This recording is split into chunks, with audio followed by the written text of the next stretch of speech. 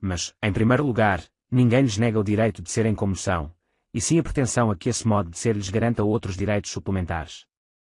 O que está subentendido na argumentação deles é um pressuposto de que a homossexualidade é normal porque é congénita.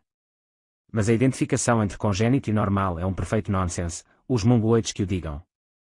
Em segundo lugar, se aceitarmos que as tendências congénitas devam determinar soberanamente a conduta humana, teremos de dar adeus ao livre-arbítrio, e com isto a ideia mesma de uma liberdade de opção sexual irá por água abaixo.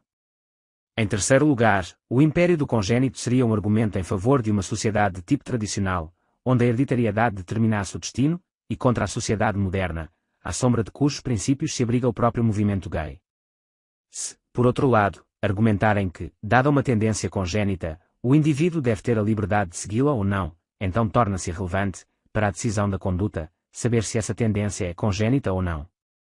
Caso argumentem que a superpopulação torna desnecessárias em última instância as relações heterossexuais, a resposta é, primeiro nem por isto tornam necessária a homossexualidade, segundo alguma relação heterossexual, ainda que em dose menor, continuará sempre necessária, neste sentido, mais valorosa para a humanidade do que a homossexual. Terceiro, para raciocinar in absurdum, mesmo que o Estado, para nivelar artificialmente a homo e heterossexualidade, proibisse a procriação por contato direto homem-mulher e tornasse obrigatória a inseminação artificial, a inseminação continuaria a ser nada mais que uma relação heterossexual por meios indiretos, os dados fundamentais da equação continuariam inalterados sob a maquiagem legal.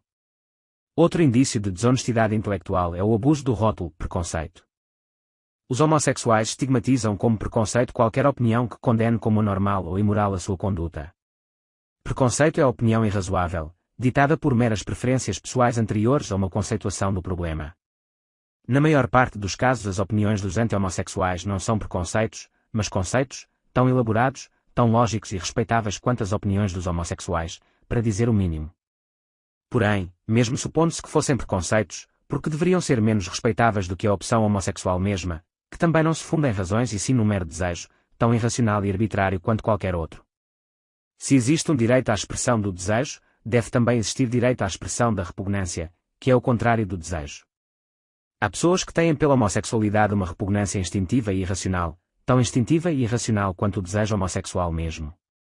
Notem bem, lógica e psicologicamente, o contrário de um desejo não é a simples indiferença, mas a rejeição, a repugnância, o nojo. O velho Graciliano Ramos, na prisão, preferia passar fome a comer o almoço preparado pelo cozinheiro gay. Se comia, vomitava.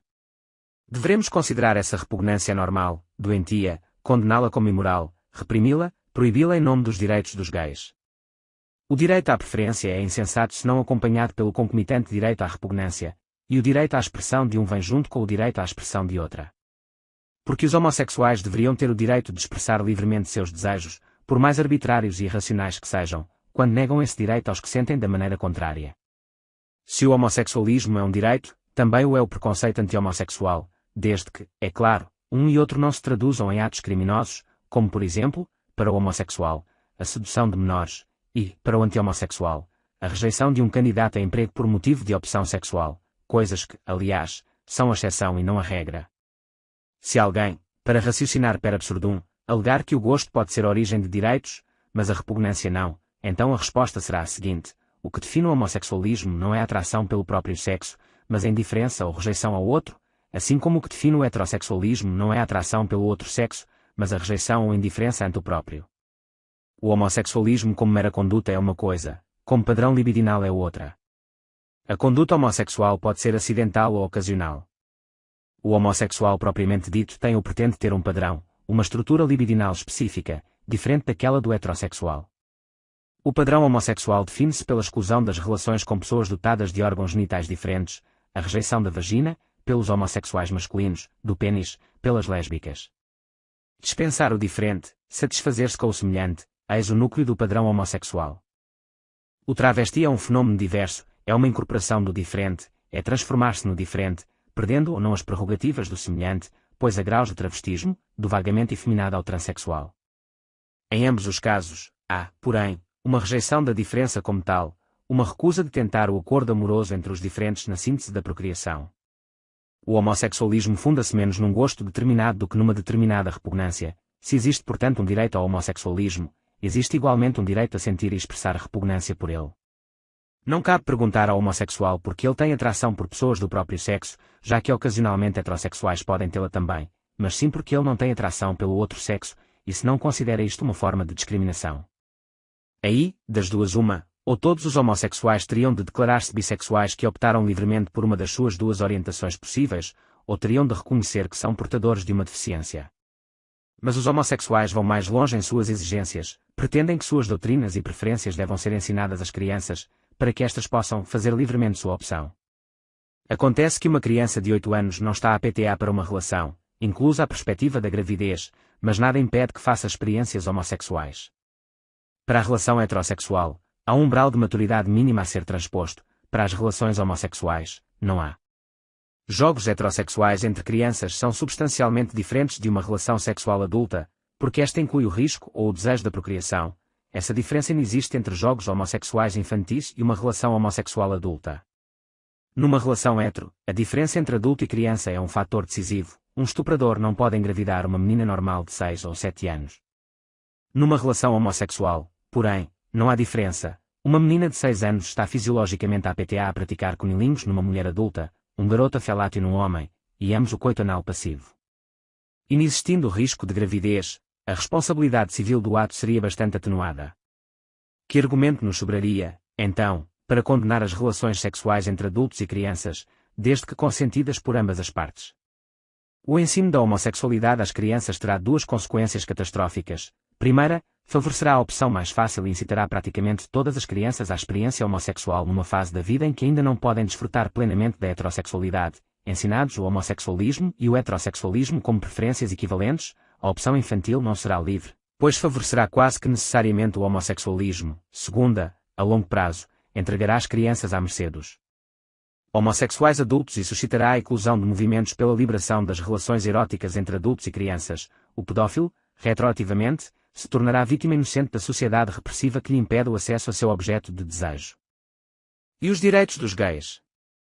O único direito que podem reivindicar legitimamente é o de que sua conduta sexual privada não lhes acarrete discriminação no emprego e na vida social em geral. A sociedade que lhes der isso já lhes deu tudo quanto merecem. Porém, primeiro, a mera expressão de condenação moral não é discriminação, é exercício da liberdade de consciência. Segundo, o preconceito mesmo, por irracional e fanático que seja, não é discriminação, desde que não se expressem atos agressivos ou danosos. Terceiro, os gays não têm, moralmente, nenhum direito de induzir crianças à prática da homossexualidade, o que seria atraí-las por um caminho mais fácil antes que elas estivessem em condições de avaliar pessoalmente e diretamente o significado de ambas as experiências, homo e hetero. Os demais seres humanos têm, ao contrário, o dever de procurar induzi-las à heterossexualidade, desde que não manifestem por si mesmas uma tendência contrária demasiado forte. Somente os adultos devem ser totalmente livres para optar, porque somente para os adultos existe propriamente a heterossexualidade. Quarto, os gays não têm nenhum direito a pretender que suas preferências sexuais sejam mais dignas de respeito que as convicções morais ou religiosas dos outros. Qualquer sistema de crenças morais, especialmente qualquer sistema que já tenha servido de fundamento a uma civilização inteira, é, por si mesmo, mais valioso e mais digno de respeito que a expressão de um gosto em particular. Quinto, nenhuma preferência pessoal, por mais justa ou legítima que seja, deve disputar a primazia com o que é necessário à subsistência da espécie humana. Os gays não têm, moralmente, nenhum direito de pretender que sua conduta valha tanto ou seja tão digna de respeito quanto a dos héteros. O homossexualismo é e será sempre uma questão de gosto, e o heterossexualismo uma questão de vida ou morte. Nenhum sofisma poderá jamais revogar essas evidências, que estão no fundo da alma de todo ser humano, ainda que obscurecidas por toneladas de controvérsias pseudo-eruditas de um artificialismo sufocante.